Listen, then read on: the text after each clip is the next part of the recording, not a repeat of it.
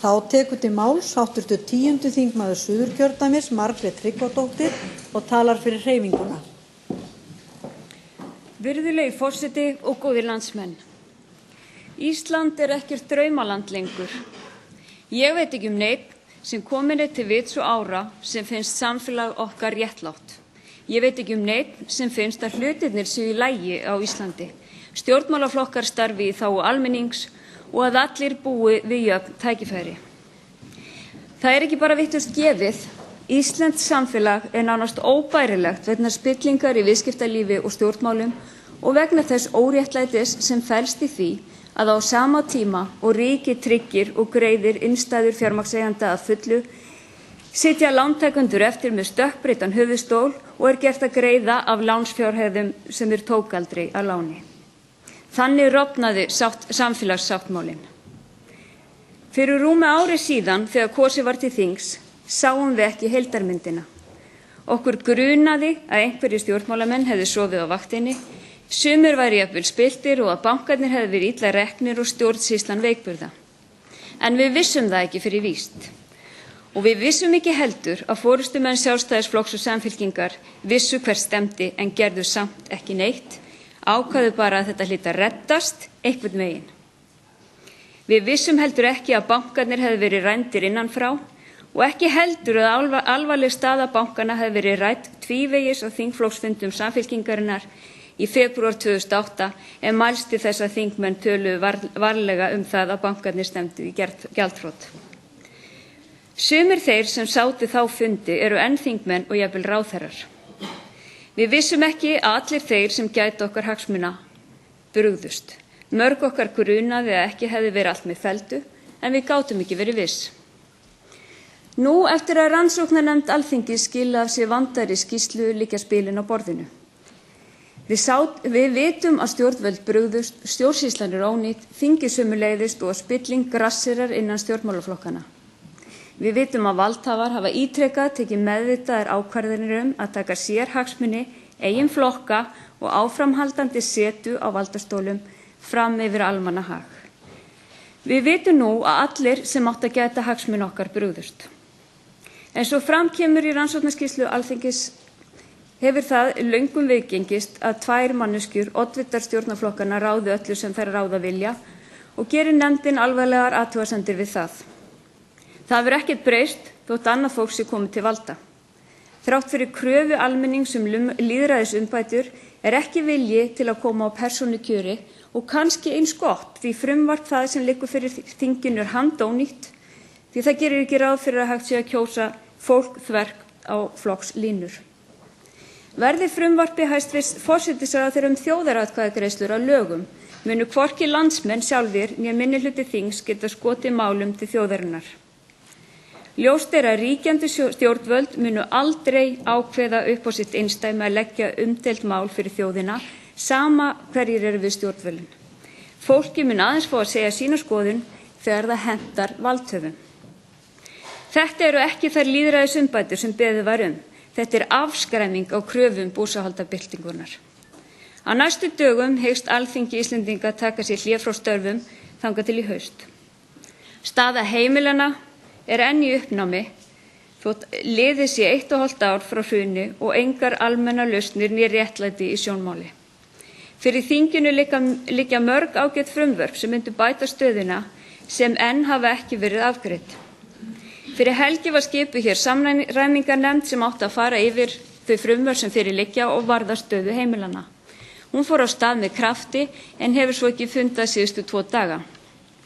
Sú tillaga kom fram í nefndina rétt var að skipa aðra nefnd sem myndi starfa í sumar og ræða frekar skuldavanda heimilanna. Ekki nóg komið af nefndum? Tími almennra aðgerða ekki löngu runnin upp? Þessi vinnubrögð minna margt á aðgerðar og viðbragðsáætlanir stjórnvalda fyrir hrun. Málin voru þæfð í nefndum sem engar ákvarðanir tóku enda höfðu þær ekkert vald til þess og ekkert var gert fyrr en allt var seinan. Ætlum við aldrei að læra af mistökunum. Ríkisstjórnin hefur þó komið í gegn nokkrum úrræðum sem henta efnameira fólki sem í mörgum tilfellum getur bjargað sér sjálft og réttarúrbætur sem gera gjaldþrot huggulegri. Eitt þeirra frumvarp gjaldþrotaskipti sem varð að lögum í síðustu viku sem meðal annars gerir fólki kleift að leigja og búa í húsnæði sem það missir í allt að 12 mánuði. Á fundi fyrrnefndrar samræmingarnefndar kom fram að Alþjóðagjaldeyrissjóðurinn hefur ýmislegt við það að athuga að lántakendur fái svo mannúðlega meðferð og greindi aðstoðarmaður hæstvirts dóms- og mannréttindamálaráðherra frá því að hún hefði verið kölluð á fundi og fulltrúum sjóðsins og skömmuð fyrir að leggja fram svo óforskammað frumvarp. Í greinargerð með öðru frumvarpi frá sama ráðherra, máli 447, kemur einnig fram að sjóðurinn hefði gert miklar athugasemdir við upphafleg frumvarpsdrög. Ljóst að Alþjóðagjaldeyrissjóðurinn stjórnar hér fleiru en látið uppi og hendur stjórnvalda eru bundnar.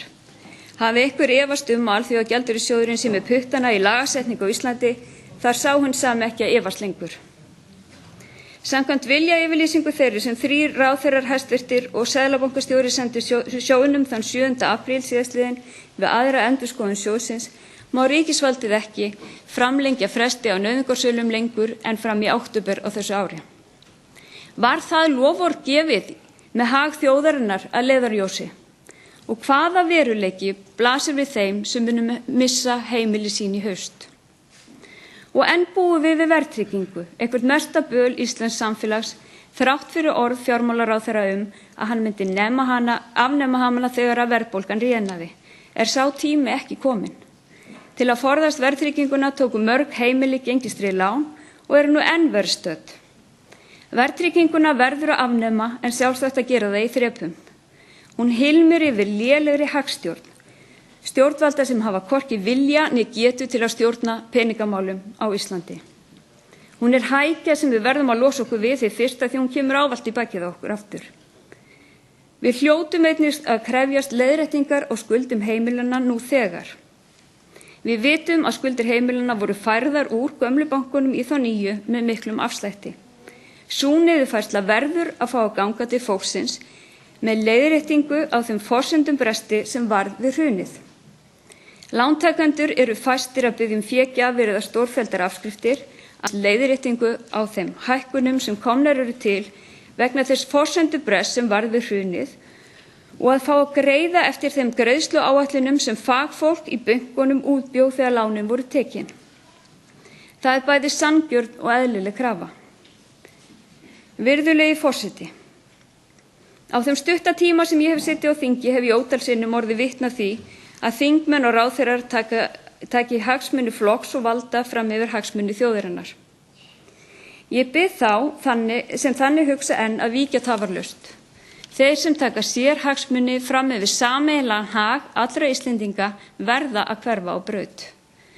Enn eru hér í salnum þingmenn sem hafa þegið háa styrki og þrátt fyrir ítrekaðar óskir almennings hafa þeir ekki tekið pokann sinn. Ætli sé ekki rétt að þeir styrkþegar sem ætla sér að sitja sem fastast skrái sig í kauphöllina svo hægt sé að fá hreint hverjir eigi þá. Góðir landsmenn, við erum enn í miðju hruni. Fyrst hrundu bankarnir og hriktir enn í því kerfi út í hinum stóra heimi. Nú eru stjórnmálaflokkarnir að molna. Í nýliðnum sveitarstjórnarkosningum fékk fjórflokkurinn sem sumir eru reyndar farnir að kalla fjárflokkinn á baukinn. Hugmyndafræði sem byggir á sterkum leiðtoga sem fyllt í blindni liðin undir lok. Með brosbyltingunni kaus fólk nýja valkosti land allt. Nýjir flokkar og hreyfingar eru ekki bara staðreynd heldur ráðandi öfl í mörgum af stærstu sveitarfélögum landsins.